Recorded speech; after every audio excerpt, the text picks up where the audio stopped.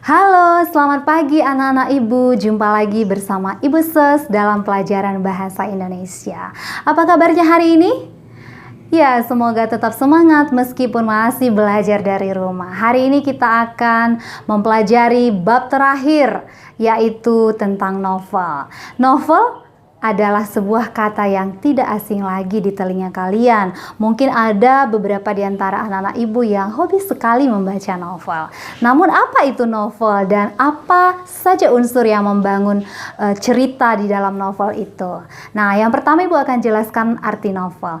Novel adalah sebuah prosa fiksi panjang. Sebuah prosa fiksi panjang yang mengandung cerita kehidupan seseorang dengan orang-orang di sekelilingnya dan lebih menonjolkan watak ataupun sifat para pelaku.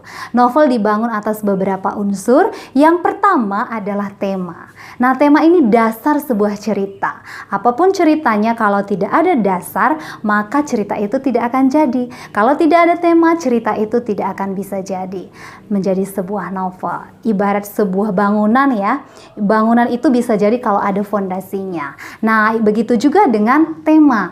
Sebuah tema harus ada di dalam sebuah cerita. Kalau ibarat sebuah pohon, nah tema itu diibaratkan akarnya. Nah, kalau tidak akar, kira-kira pohon itu bisa tumbuh atau tidak ya? Ya pasti tidak bisa. Nah, begitu pentingnya tema, maka di dalam sebuah cerita dalam bentuk prosa termasuk novel ini harus ada temanya. Nah, itu yang pertama ya. Tema itu luas. Ada tema bersifat umum, ada tema yang bersifat khusus. Tema itu bisa tersirat, bisa juga secara tersurat. Namun biasanya anak-anak seusia kalian sering sekali kalau disuruh membaca novel ataupun disuruh untuk menulis cerita, pasti temanya berkisar kehidupan percintaan. Nah, itu paling menarik di kaula muda. Nah, apapun itu, yang jelas kalian sudah paham ya apa itu tema ya. Kemudian unsur yang kedua adalah tokoh.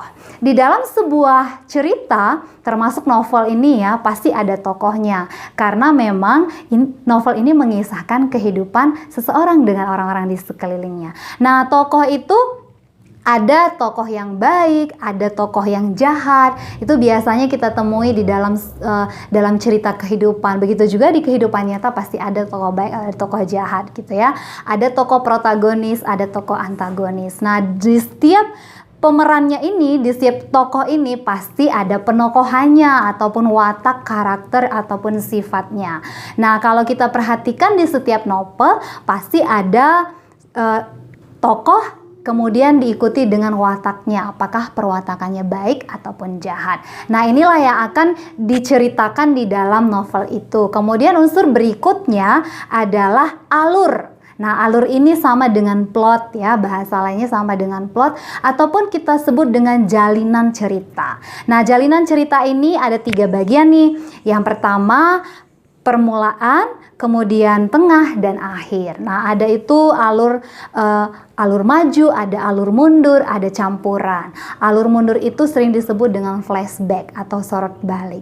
Nah, alur itu jalinan cerita dimulai dari perkenalan tokoh, kemudian dilanjutkan dengan ada permulaan permasalahan atau surprise, ada kejutan-kejutan di pertengahan cerita, kemudian konflik sampai nanti peleraian dan penyelesaian. Nah, begitulah perjalanan alur ini di dalam sebuah cerita.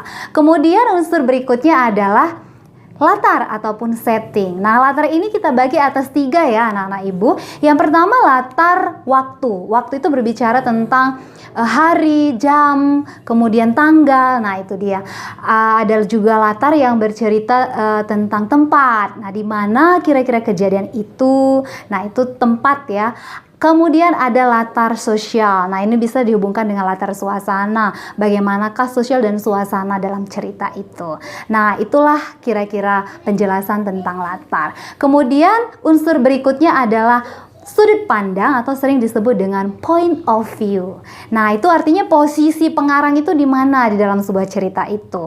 Apakah dia sebagai pencerita saja atau apakah dia ikut sebagai pelaku di dalam sebuah cerita atau dalam sebuah novel. Apakah dia orang pertama, apakah dia hanya orang ketiga. Nah, seperti itu ya. Kamu pasti sudah memahami apa itu sudut pandang posisi pengarang di dalam sebuah cerita. Nah, kalau dia orang pertama, pelaku utama, maka di dalam cerita, di dalam novel itu dia akan menggunakan kata aku, saya, gitu ya, atau kata lain daripada aku atau saya, atau bahasa lainnya ada gua gitu ya, ada gue gitu. Jadi banyak sesuai dengan penulis novel itu dari daerah mana. Nah, kemudian kalau dia memakai sudut pandang orang ketiga, berarti dia tidak ikut di dalam cerita itu. Maka dia akan menggunakan kata kamu, dia, mereka, atau nama-nama tokoh. Contohnya si Jevanya, si Desta gitu.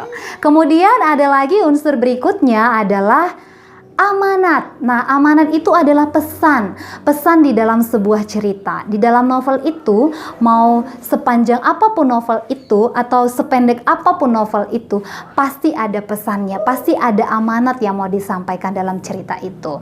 Nah, amanat itu biasanya yang berhubungan dengan cerita, kemudian dihubungkan dengan kehidupan nyata kita. Nah, kira-kira apa pesan yang bisa kita ambil? Itulah namanya amanat. Kemudian unsur berikutnya ada gaya bahasa. Nah, di dalam sebuah cerita prosa, apalagi bersifat fiktif ya, fiksi, nah biasanya ada gaya bahasa di dalamnya. Memang gaya bahasa ini harus ada. Mengapa? Karena gaya bahasa itu akan menambah sebuah cerita itu menarik gitu. Nah, kalau kita makan tidak ada garam di dalam sayur kita, maka tidak akan terasa enak, akan terasa hambar. Begitulah pentingnya gaya bahasa. Kalau tidak ada gaya bahasa di dalam sebuah novel, maka cerita itu juga sepertinya ada yang kurang gitu, hambar dan monoton ataupun membosankan. Jadi kalau kita mau membaca sebuah novel yang diliputi penuh dengan gaya bahasa, biasanya kita lebih tertantang dan tertarik untuk terus membacanya gitu ya. Kemudian ada satu yang perlu kita ingat, yaitu judul. Judul di dalam sebuah novel itu biasanya berhubungan dengan tokoh, bisa berhubungan dengan tempat, atau dipadukan judul, tempat, dan juga tema. Nah, contohnya antara aku dan dia. Nah, ini memakai tokoh ya di dalam sebuah judul. Bisa juga kita memakai tempat, contohnya cintaku bermula di kelas 12 IPS. Nah, itu contohnya, ada tempat di situ dan juga tokoh bisa dipadukan. Nah, kalau kita mau membaca sebuah novel, pastinya kita harus menjiwai sehingga kita bisa memahami novel itu secara menyeluruh. Apa artinya menjiwai novel?